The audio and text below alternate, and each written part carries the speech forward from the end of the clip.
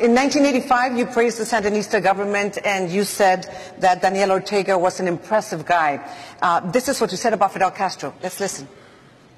You may recall way back in, 1961, they invaded Cuba. And everybody was totally convinced that Castro was the worst guy in the world, that all the Cuban people were going to rise up in rebellion against Fidel Castro. They had forgot that he educated their kids, gave them health care, totally transformed the society.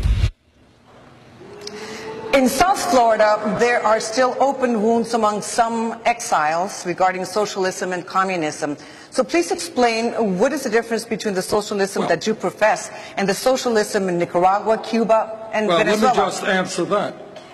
What that was about was saying that the United States was wrong to try to invade Cuba, that the United States was wrong trying to support people to overthrow the Nicaraguan government, that the United States was wrong trying to overthrow in 1954 the government, democratically elected government of Guatemala.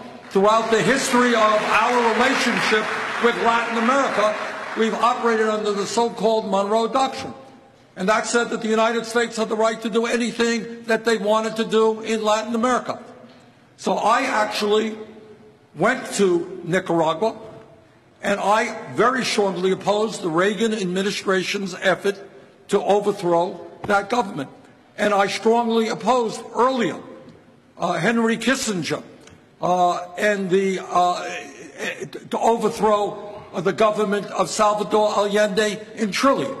I think the United States should be working with governments around the world, not get involved in regime change. And all of these actions, by the way, in Latin America brought forth a lot of very strong anti-American sentiments. That's what that was about.